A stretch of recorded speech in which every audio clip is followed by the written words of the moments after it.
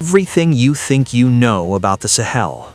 For decades, this region has been described using the same tired words: poverty, instability, dependence. But what if that story is already outdated? What if I told you the Sahel is quietly building one of the most ambitious infrastructure transformations in the world right now? Not driven by aid, not dictated by foreign interests, but engineered by African states with a clear goal: connection, sovereignty, and control of their future. This is not speculation. This is a plan. And it starts with the Alliance of Sahel States. Across Burkina Faso, Mali, and Niger, something unusual is happening. While the world debates, these countries are building. Nous nous sommes évertués à construire des montagnes. Roads that connect production zones to markets. Railways designed to move African goods, not just extract resources. Energy systems aimed at powering industries, not dependency. This is a shift away from a model where infrastructure served foreign logistics toward one where it serves regional integration. For the first time, planning is being done as a bloc, not as isolated states. The vision is simple but powerful. If we connect ourselves, we free ourselves. Take Burkina Faso, long described as landlocked, but landlocked is not destiny, it is a design problem. Under the AES framework, Burkina Faso is repositioning itself as a central corridor, not a dead end. New road networks are linking agricultural zones, mining regions, and urban centers, not cosmetic roads, economic arteries. And now comes one of the boldest moves yet: the AES Railway Project, a regional railway initiative designed to link Burkina Faso, Mali, and Niger. Built through Faso Rail, reducing dependence on foreign contractors known for delays, cost inflation, and political leverage. This railway is about time and control. Every day saved is money retained. Every kilometer owned is sovereignty gained. Infrastructure without energy is just concrete. That's why energy sits at the heart of the AES strategy.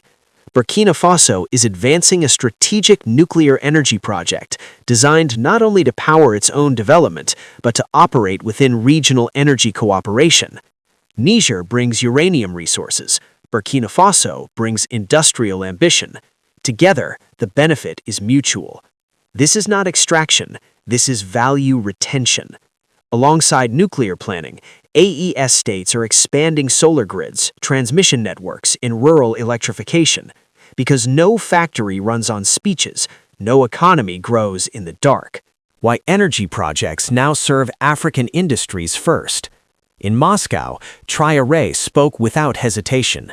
Imperialism is the enemy. Imperialism is the root of terrorism. He exposed a system that keeps Africa in conflict so others can profit. The response has been unity. If Africans unite, no force can stop them, Traoré reminded the continent. When pressure came, Mali did not beg. Goïta answered firmly, sovereignty is not granted, it is defended. And when development was delayed for decades, the answer was action. Here's the part many didn't expect. The AES didn't just plan projects, they built financial tools to support them. Enter the Confederal Bank for Investment and Development, the AES Bank. Launched with nearly 500 billion CFA francs in capital, this bank exists for one reason: to finance African priorities on African terms. Infrastructure, agriculture, mining, energy. Not austerity, not political conditions, not policy lectures.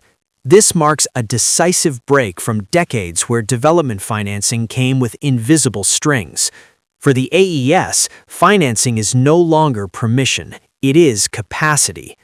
Another quiet revolution is happening. Who builds? Across Burkina Faso and its AES partners, local engineers are leading projects, domestic firms are prioritized, military engineering units are repurposed for construction. This lowers costs, builds skills, keeps money circulating locally. It also changes psychology. When people see roads built by their own hands, rail laid by their own engineers, power generated for their own industries, it does something powerful. It restores belief.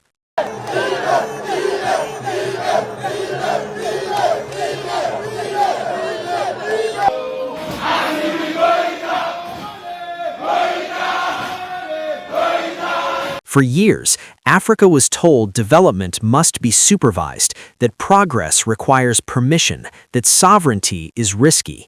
The AES model challenges that narrative head-on, not with slogans, but with results. In just a few years, these states have coordinated infrastructure planning, established independent financing, and redirected resources toward internal development. What regional blocs failed to achieve in decades, the AES is pursuing with urgency. Not perfectly, not without resistance, but decisively. President Ibrahim Traoré warned the world, Africa does not lack resources. Africa lacks control over its resources. That control is exactly what the Alliance of Sahel states is reclaiming. Across Burkina Faso, Mali, and Niger, sovereignty is no longer a slogan, it's policy. As Assimi Goïta made it clear, we will no longer accept decisions made for us without us. So the question stands, is this the beginning of a connected Sahel by 2040? A region where rail moves goods across borders, where energy powers industry instead of exports, where roads serve farmers, not just foreign logistics. The plan is ambitious, the obstacles are real, but one thing is undeniable. The direction has changed. This is not about rejecting the world, it is about choosing how to engage with it. The Alliance of Sahel States is not waiting to be developed, it is building, deliberately, strategically, and together. The Sahel is no longer just a place history happens to, it is a place history is being planned. If this message resonates with you, like the video, share it, and leave your thoughts in the comments. And if you want to support independent, fact-based African storytelling, consider sending a super thanks. It helps us continue bringing these stories to the world, freely and unapologetically. Africa is rising.